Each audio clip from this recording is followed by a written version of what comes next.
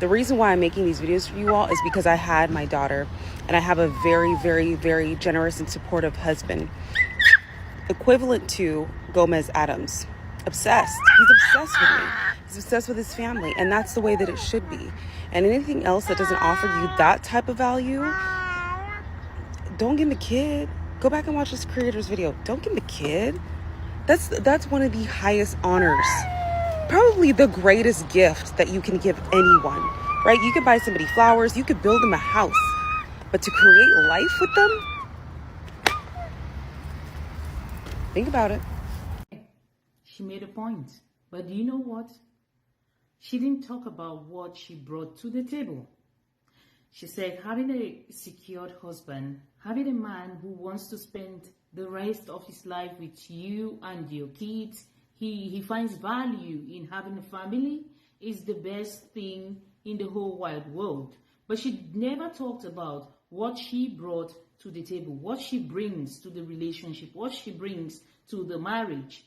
I mean, oftentimes we women talk as if we are overly entitled. We are just these soft balls, soft pearly rose flowers that they're so delicate and so fragile that needs to be protected and provided for at all costs. No matter how it costs, we need to be catered for. But we don't talk about what we need to bring to the table. If you want to be catered for, if you want to be pampered, if you want to be treated like the rose flower that you are, you need to bring something, you need to bring some value. She didn't talk about that. All what she said was right.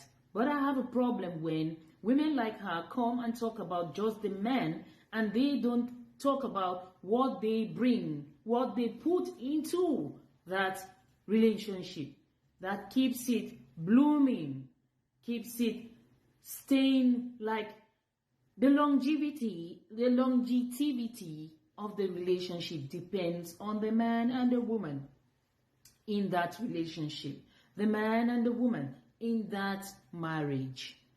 So for a fact, women need to start talking about what they bring to the table. I mean, really, the successful women, successful marriages, successful relationships. Women should be honest.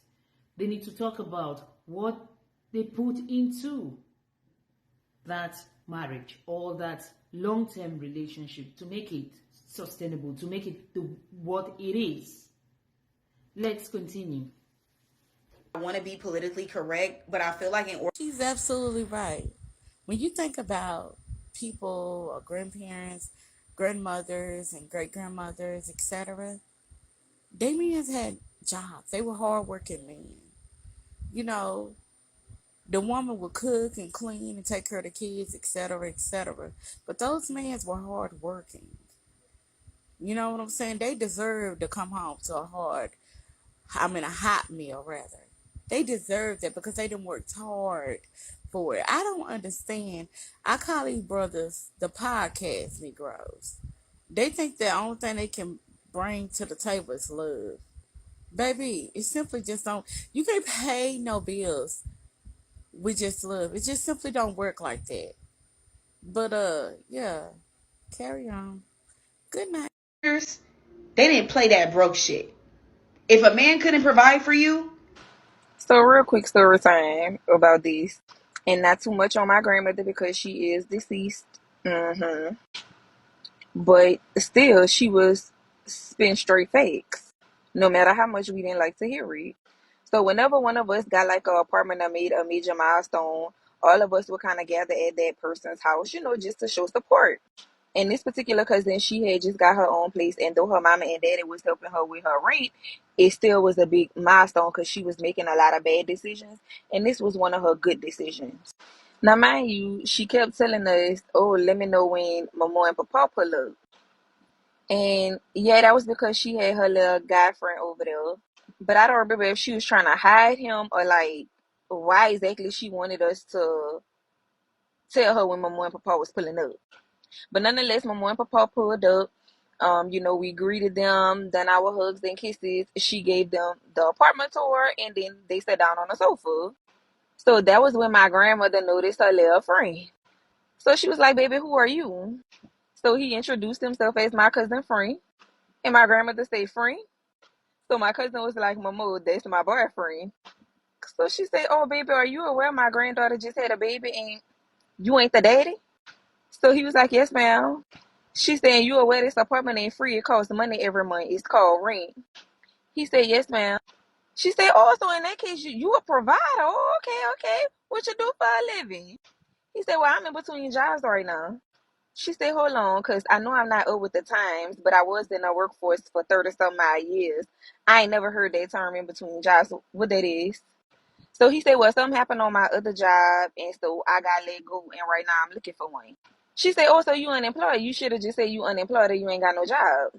So she said, baby, let me ask you something. In that moment, my cousin goes to intervene, and my grandmother hit her with one of these.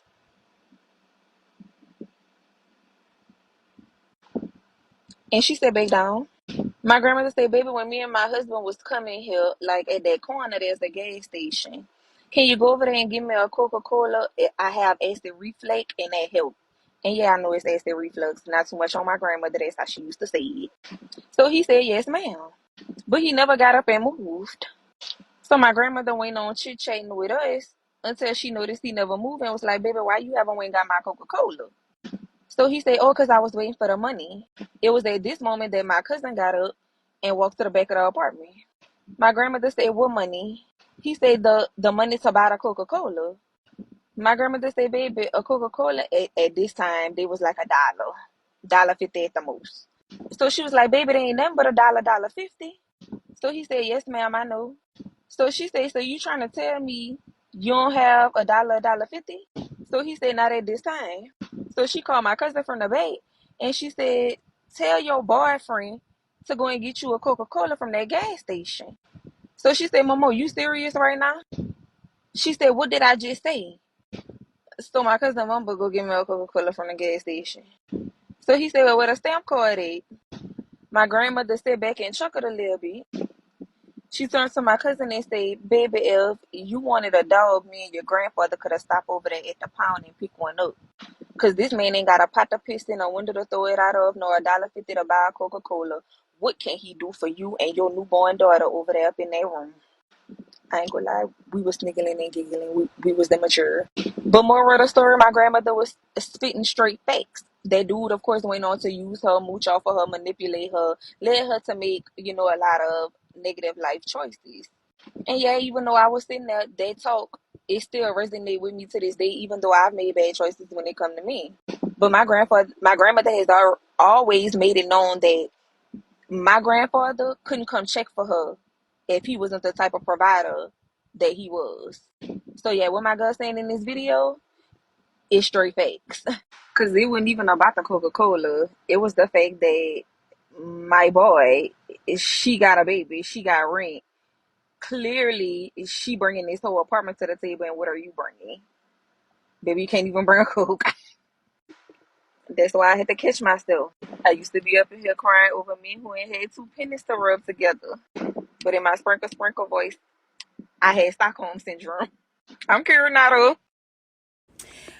I want to get this off my chest and I want to be politically correct, but I feel like in order for me to be real, I just got to be real. Okay?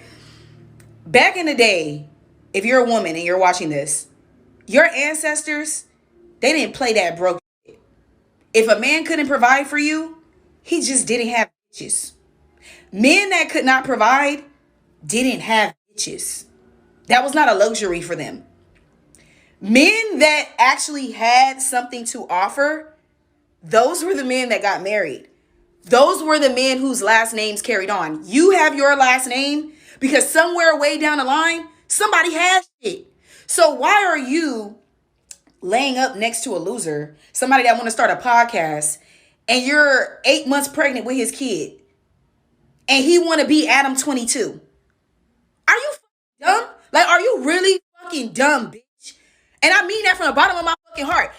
I have had my fair share of dumb men, stupid, toxic relationships. I'm not better than nobody. I've walked that road. I've gone down that path. But I've never looked at a loser and said, I'm gonna have his fucking kid. Like, that was never, ever, ever a thought that crossed my mind. It was bad enough that I was already caught up. It was bad enough that people already knew I was with that man. But to actually have physical evidence that at some point we were intimate together, aka a child, bitch, that's crazy. That's fucking crazy. Like, y'all are sitting up here getting pregnant by people that can't even take care of themselves. He got in a relationship with you because he literally wants another mom. He has never lived alone. He can't even get an apartment in his own name. And you looked at him and said, that's just my baby daddy. Like, are you dumb? Are you serious? You are. I know you are. Look at your kid right now. I really don't understand when, like, being a mom and having kids just became like so casual, because it's actually like really a big deal to like bring life into this world. It's like a huge responsibility. And I feel like more people should be like discerning, you know what I'm saying? And I'm not even sitting up here trying to make it seem like everybody that has money or everybody that's able to provide automatically qualifies as a decent parent. That's up to you, bitch. I'm not about to hold your hand and help you figure out what man will make a good dad for you. That's on you and God. That, like, literally, that ain't got nothing to do with me. What I'm saying is, bare minimum, can he get an apartment in his name? What is his credit score, mama? Did he at least try to go to school? You got all these hopes, all these dreams, and he just laying next to you like, and you want to carry on that name, because the baby doesn't get your name, the baby gets his name. That's what you want to carry on into the, like, really, like, for real, like, this shit may sound so fucked up, but I really don't care. You want to bring a baby loser into this world. Are you fucking serious?